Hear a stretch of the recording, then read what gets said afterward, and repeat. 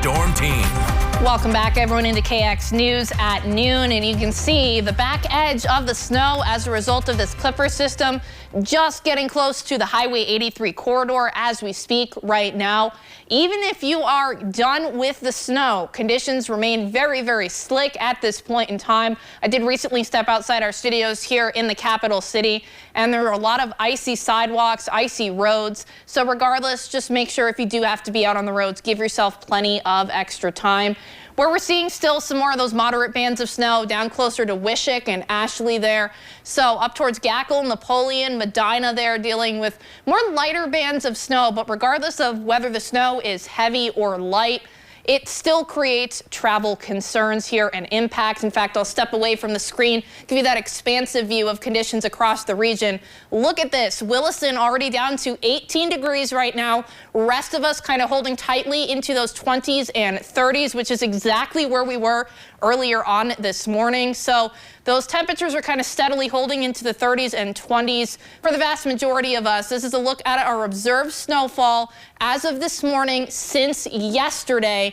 And as we let these numbers fill in for you here, just to give you more of that expansive view, you can see where the bullseye kind of lies here. If we're looking at Killdeer, 6.1 inches, up closer to Hazen, 5 inches, Kenmare, 5 inches.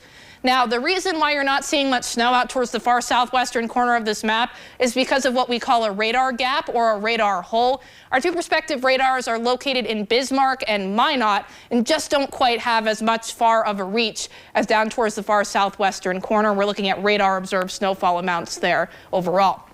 But as we get through the rest of this afternoon, precision cast wise, again, as I was mentioning before, we're slowly starting to see things come to a close and wrap up. Picture the low pressure system kind of essentially right about down there in South Dakota, well down towards our south here.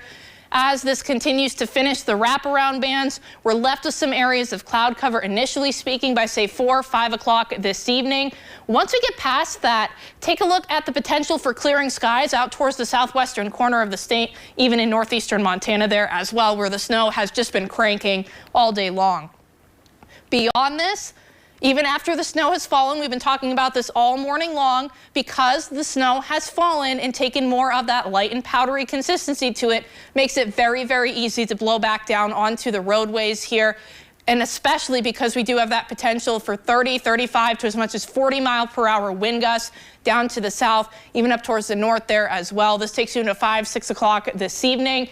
Things will slowly come to a close in terms of the breeze as we get closer to early tomorrow morning. And even then, still talking the potential for slick travel because of the fact that temperatures are not going to make it above the freezing mark as far as the eye can see. And you'll see that looking at Williston's next 5 here, 20s, and beyond that, we're getting into the teens for highs as we get into the start of the weekend. Dickinson, your next 5, reflecting the similar temperature pattern there. 20s down into the teens by the start of the weekend, so a bit of a chilly Thanksgiving on tap here. Here's Minot's next several days, talking the 30s for today, of course, down into the 20s. Beyond this, teens, you're looking at an overnight low forecast between Sunday night and Monday of -7 there. And finally, looking at Bismarck's next several days, we're still talking the 20s beyond today.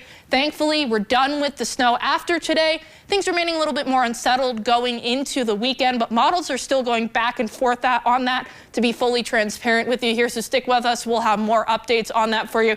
Regardless, we have that Arctic blast coming in. It's going to put our overnight lows between Sunday night and Monday below 0, and that, of course, not going to factor in the wind chill. So we're in for a little bit of a chilly stretch chance. Yeah, we sure are. Be careful and please bundle up if you'll be outside. An opportunity